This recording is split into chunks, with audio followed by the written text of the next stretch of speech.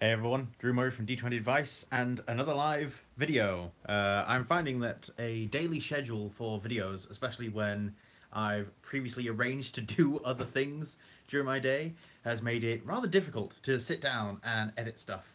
So my attempt to edit the recorded version of this was taking too long, and it was taking too long to export and everything. And then my computer decided to crash, and I realized, crap, I still need to sort out these boxes. So never mind all that. While my computer is rebooting itself, let's go live on the phone. So, hello, this is day 6 of my 30-day world. I've cut off the hashtag in the spoken word version of it because that's not needed. But yeah, Absolute Tabletop, doing a book. It's a Kickstarter. They've started this project. It's awesome. Go check them out. Yeah. But day 6 is the question of how prevalent is magic in your world and where does magic come from? So, in the world of the Taihun, magic's an interesting thing. Magic comes from a variety of places. When it comes to low level wizard magic, it is science, it is alchemy. That's where the magic's coming from. So, a fireball is simply the material components combusting. So the material components listed in the spell description is part of it. The rest of it's just assumed by the wizard to be, well, that's just normally what you do as part of a spell ritual. Of course, you'll strike this thing against this other thing. That's part of the learning what a spell is. So a wizard is just using science and not realizing it. When it gets to higher level magic, that's where it starts getting a bit iffy. That's where they start managing to channel the Feyweave through them. But of course, for them, because of the way their mind works, the way they perceive the world, it comes out in a very structured and orderly way in their minds. So when it hits the wider world, that's where the chaos starts coming in. You get wild and crazy things like magic storms and things that they're able to summon at the drop of a hat. Summoning meteors and all this kind of stuff, making simulacra of themselves that are all magical. A lot of this can be explained by science, especially when it comes to weather control and things like that. It's actually prediction in my world, where a wizard has convinced themselves that the magic is magical. And so when they have spent the time to read the signs and identify actually a storm's going to appear over there in 12 minutes' time, so we're going to engage in a fight there, and then a storm's going to come and ravage our enemies because of our positioning and the storm's positioning and the enemy's positioning. So wizards are unconscious master strategists using science in a way that they think is magic, and magic is aiding them ever so slightly the more powerful they get. The more studious they become, the more exposure they have to the world of just general knowledge and experience. That's where magic starts to come in. The occasional spell they have is actually magical, and most of it is just science misunderstood to be magic. Sorcerers are entirely different. They are born with an inherent connection to the Feyweave through whatever means, be it wild magic or dragon blood or celestial blood or just whatever it happens to be. They have a connection to the Feyweave. So what they do is they tear at the fabric of reality. Every time a sorcerer casts a spell, it is damaging the universe.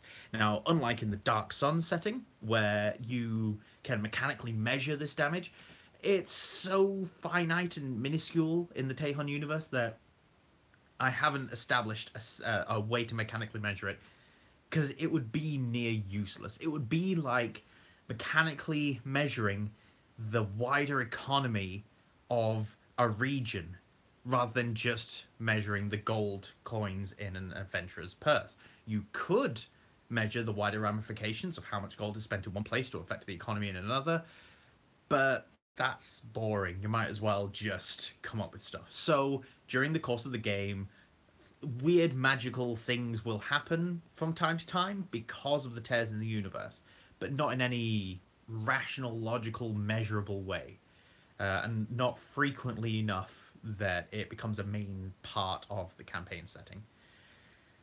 But yeah, I love the idea of sorcerers just inherently tapping into the Feyweave and it manifesting it in whatever way they feel about it. The Feyweave being a realm of the psychological, and it being like this psychic energy realm.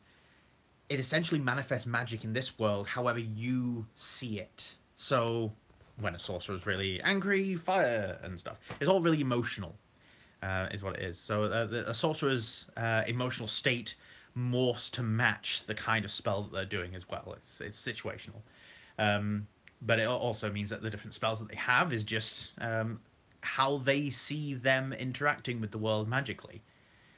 Warlocks, they are getting their powers from another magical source, pulling this energy through into the mortal realm. And these clerics are tapping into that energy. It's a counterbalance to the Feyweave, the Taihun Spheron energy. So this is something that rejects and pushes back against Feyweave energy. This is a slight modification on the arcane divine dynamic in the usual D&D. This is in fact an inversion of it almost. So where wizards and sorcerers and druids, they all have access to the Feyweave, the natural magics. It's the clerics and paladins that have access to the Taihun, the strength of conviction that fights against destructive forces of magic, which are also creative forces of magic. Hence why the druids are so innately connected to the Feyweave. The druids are innately connected to the Feyweave. They tap directly into the Feyweave. They speak to the Feyweave. They make requests of it, and the Feyweave grants those requests. It's not quite a thinking entity, nor is it an amalgam mind. It is just like a life force. So it's kind of like entreating a mushroom to grow. You have to provide the right conditions for it to do so, and in all likelihood it will. Only in extreme circumstances will it not, and you'll probably be able to identify what those circumstances are. The same thing with the Feyweave. Druids can basically make the conditions right through their actions in the world, and the Feyweave just flows into that situation. And that's how they need to be thinking. That's what their mindset needs to be. Hence all the training. You can't just have a random person come up and go, yeah, I can do Feyweave magic.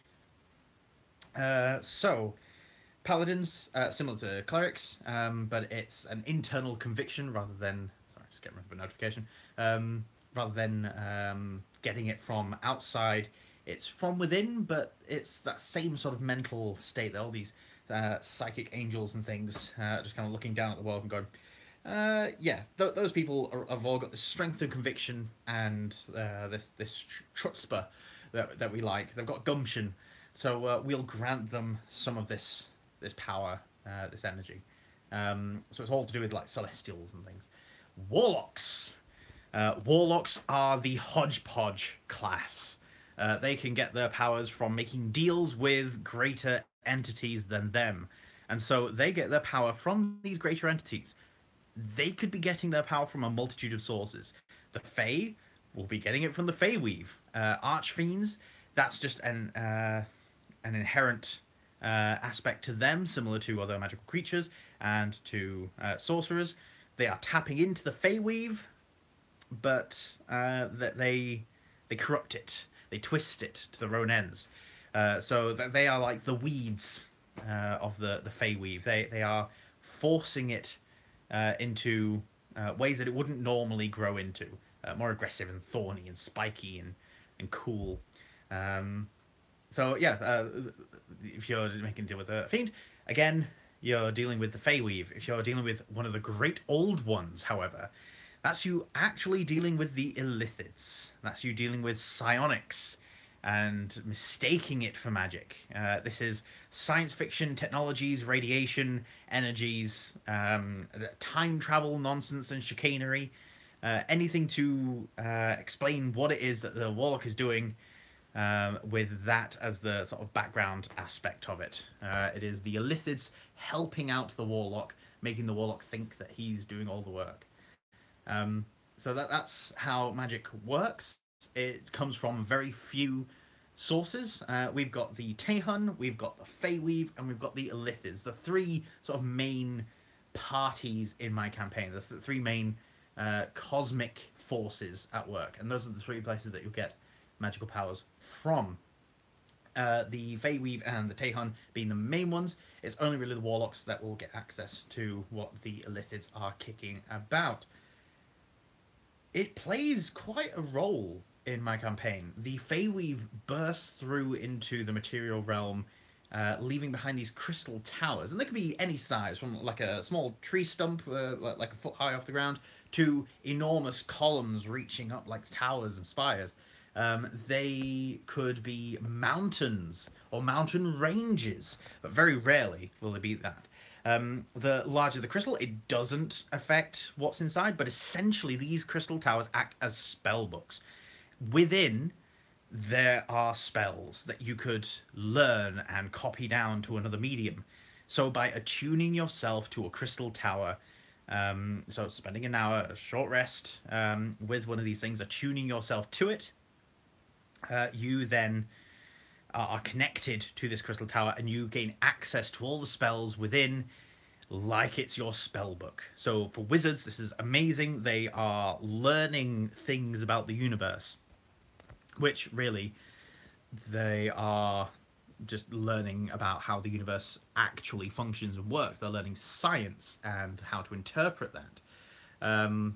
So yeah, these magical energies will grant you these powers.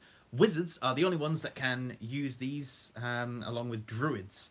Druids have a special connection to these things. They can use them as druid portals.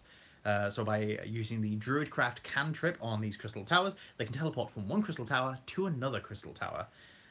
Only with very special training by some very gifted druids or wizards will anyone else be able to learn the cantrip. It's supposed to be the purview of the druids only.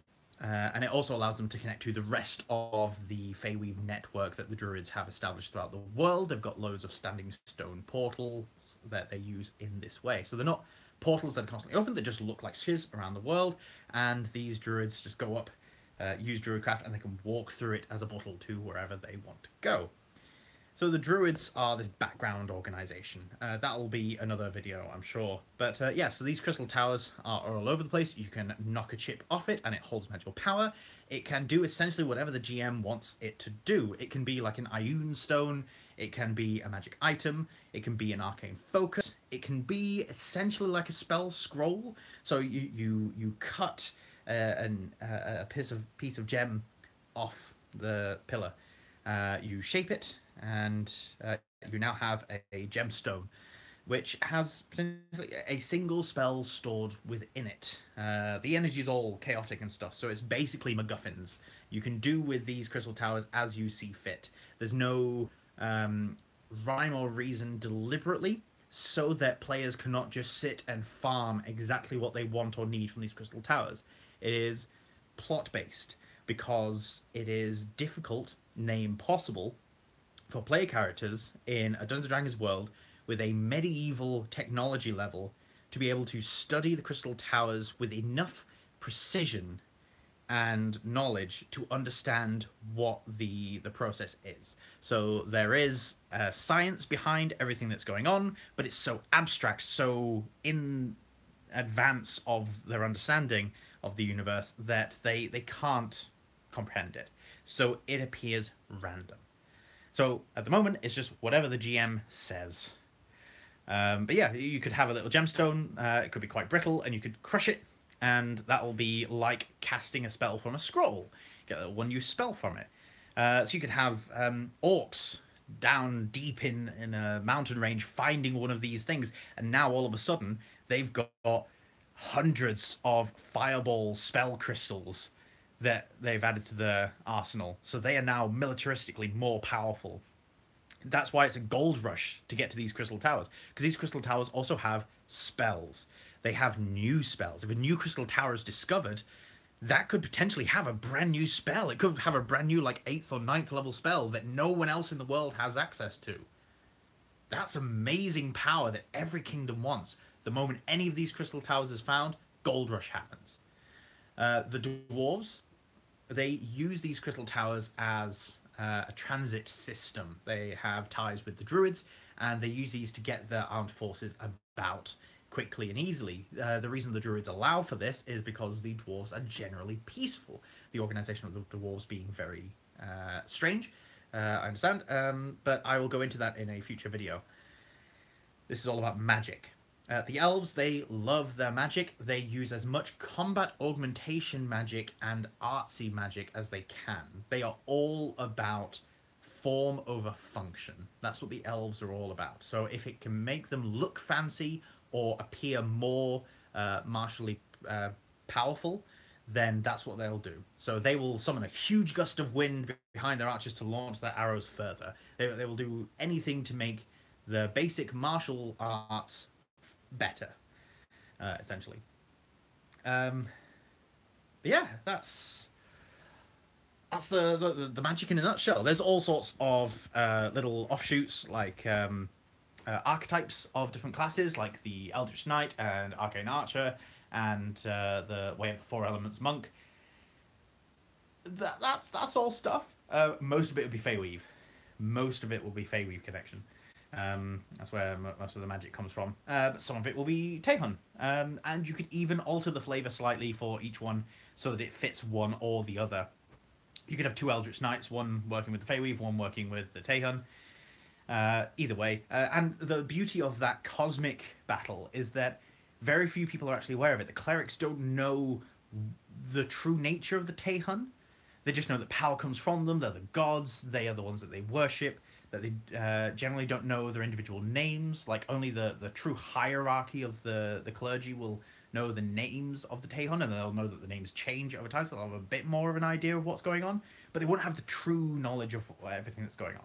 So as far as people on the ground are concerned, as far as your player characters will be concerned in this setting, there is no conflict between, say, a druid and a cleric, with the exception of the druid order, the group of druids. They are a political organization. They have their own goals and ambitions, as well as working with the Feyweave. Ultimately, they are trying to enforce the natural order of things, the life and death cycle, so that the Feyweave can remain in balance as much as possible, but they also endorse the growth of the Feyweave in the natural world. So there's a bit of a conflict within the Druid Order as to how far to take each of those two aspects. So there's internal conflict, which is very interesting for a few of the adventures that I've run, where it's basically all druids, but it's druid internal conflict, kind of like a World of Darkness game, like where you're all werewolves or all vampires or all mages, and that you're dealing with the internal conflict and drama and structure of the thing. That's what the Druid Order is like in the Taihun world. So yeah, the Druids are a massive organization to do with magic, but I think I want to go into them a bit more in like an organization's video to do with the campaign world. This will be going on for nearly 20 minutes now. Yeah, so magic is a big deal. Magic items. People don't make them all the time. Magic is not a super common thing, but it's not seen as alien. People understand that magic is a thing that happens, but you will go, for towns and towns without meeting a town mage or whatever. Especially powerful kingdoms will keep an aura, a seer, around, someone to help them predict future events. The druids are often entreated upon by various kingdoms to help them grow good crops and things like that, to help keep the economy boosted. The druids sometimes acquiesce, sometimes don't. It depends on the particular circle of druids. It depends on the current political ties and that lot. So that sort of thing is low key, but powerful. And the especially more powerful spells, they are locked behind hidden crystal obelisks. So you could have the most powerful wizard within 1,000 miles, and the highest level spell he could have is a 6th or 7th level spell, even if he's a 20th level wizard, because that's just what they have access to. The magic system in Taihun is taking the D&D magic system and putting an old school D&D spin on it. Like, you have to go out and find your spells. You have to find your magic. So there's a lot of pre-game, out-of-game, meta-game discussion about what spells you can pick, what spells you have available.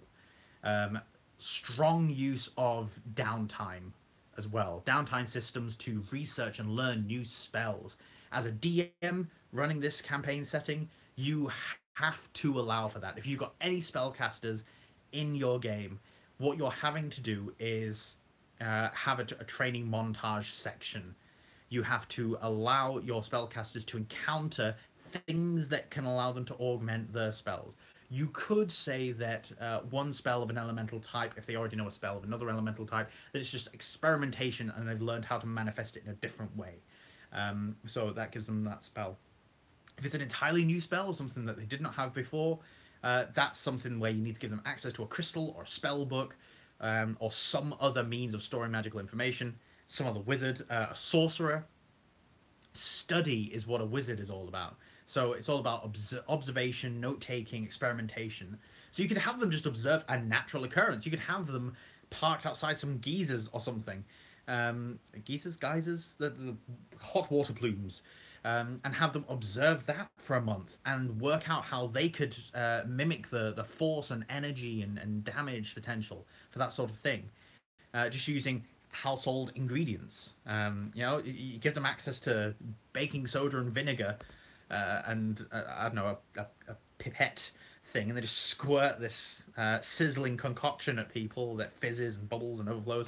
They're scientists at heart. So as a DM, you need to think about these things. So my setting is probably not a good my first setting. It's probably not good for people just starting out. It is more geared for the older school thing where you needed to sit down and like create everything. You needed to plan things out. Anyway, that's more than enough for this video. There's a lot of stuff to go into magic. No, it's not. I keep wanting to end this video, and I've just remembered. Like magic swords and bows and all that kind of stuff. They exist. A lot of them are lost in tombs. You got to go and find them.